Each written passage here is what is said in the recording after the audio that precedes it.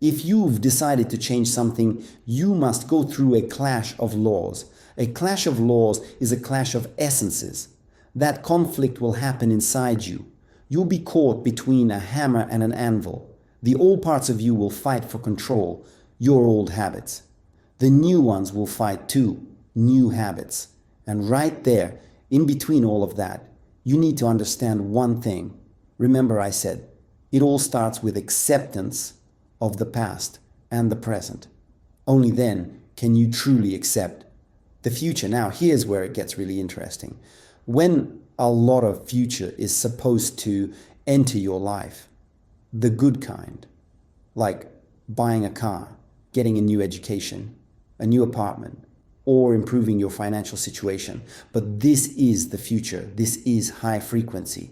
But in order for it to come, you need to accept the present first.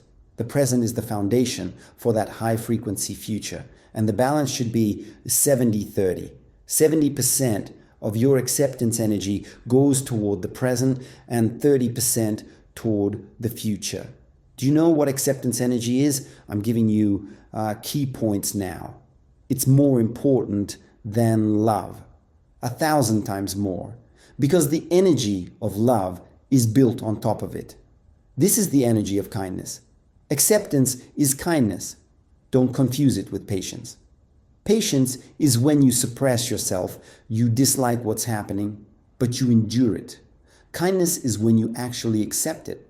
So when we lack acceptance toward the future and the 70-30 ratio doesn't work, and for example, the future is at 300% while the level of acceptance we have for the present is still at 70.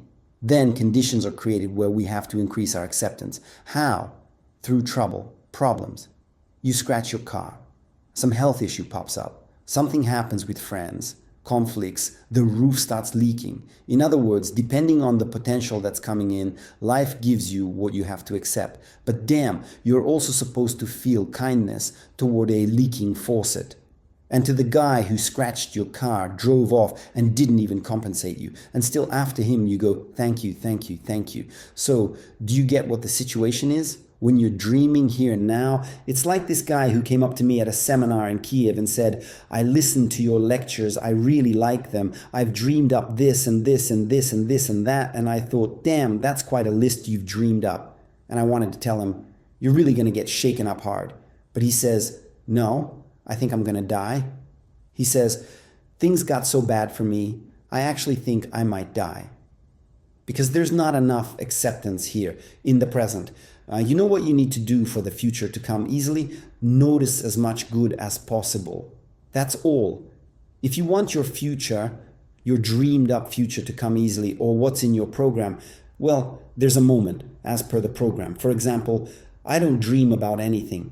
Today I have no dreams about the future. A zero. Why? When you're in unison with the program, you're in a zero state. And what you need simply comes to you. For example, a car. Oh, cool car. Oh, turns out it's the best car. Well, all right. A watch, cool watch. Oh, turns out it's the best watch with the latest technology. But I only find that out later. So the point is, this creates a condition. You have to do it, but it's also cool. And then it turns out it's not just cool. It's the best. That's when you're not dreaming from your head. You're just in a state of enjoyment here and now from the process you're doing. And then automatically, what starts showing up is more of what will bring you joy. And since only what's written in your program can show up, nothing else can come. Let's move on. When we start noticing what's good, and when you do that everywhere, the chandelier, oh, cool light bulbs. Oh, the sky here, the sun peeked out just a little. That's nice. Here's the floor. Parquet could have been laid here, but this is nice too. In other words, you're noticing the good, and automatically things start coming, and you know what? You'll start getting tests.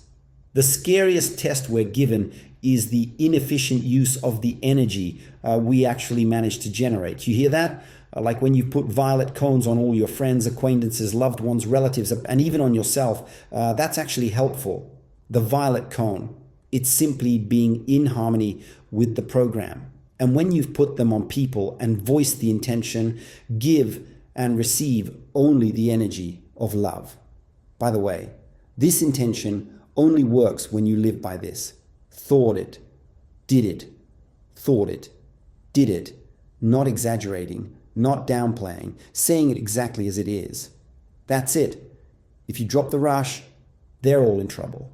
Either they have to change, or friends stop calling, stop meeting up with you, and just stop talking to you altogether, and you start having excess energy. You know what happens first? You suddenly want to either start giving advice or brag about how great you are, or judge those who aren't so great and not like you. These are the three things that come to you right away. Remember this, it's the desire to get rid of the energy and stay in the old. You don't get money simply because you're not ready for it. When you are ready, the money you're ready for comes to you a second before that readiness. The key point is to spend it on what it came for. How? With joy. Money comes through joy, meaning when you spend it, you're not thinking about the money. You're thinking about what you got and how much you like it. And when you're ready, you don't feel like telling anyone that you have it. Not in the sense that you've hidden it somewhere in the basement and no one knows you own a laptop, not even you, because it's just lying there and you haven't even opened it. The point is, you're simply enjoying the process. And when you're driving a nice car and someone you know says, hey, did you get a car? You say, yeah. How long ago? A year ago. Why didn't you say anything? I don't know. Just a normal thing. Got a car, drive it. That's the state of readiness. And remember I said, what is ready? It's when you feel calm and good.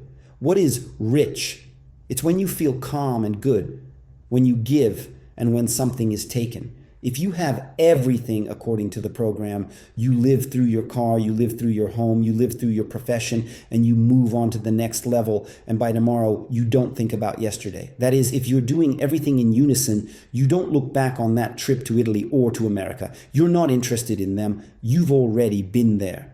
What interests you is what's here now. If you sold that car and bought a new one, the old car doesn't exist. Only this one exists. If you finished university, that's it. No more university. Now this life exists. And if you left something back there, you'll keep wanting to recall the past, school, friends, and university. And if you meet up with them and talk with them a lot, I'll tell you a secret.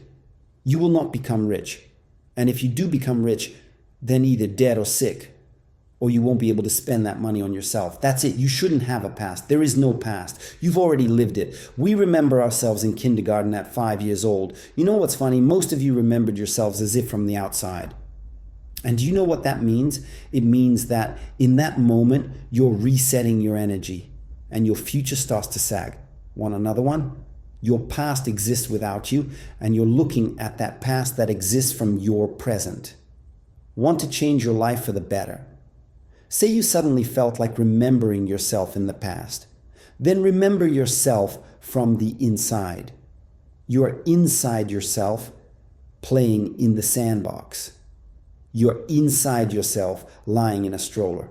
You're inside yourself, answering in front of the class at the blackboard.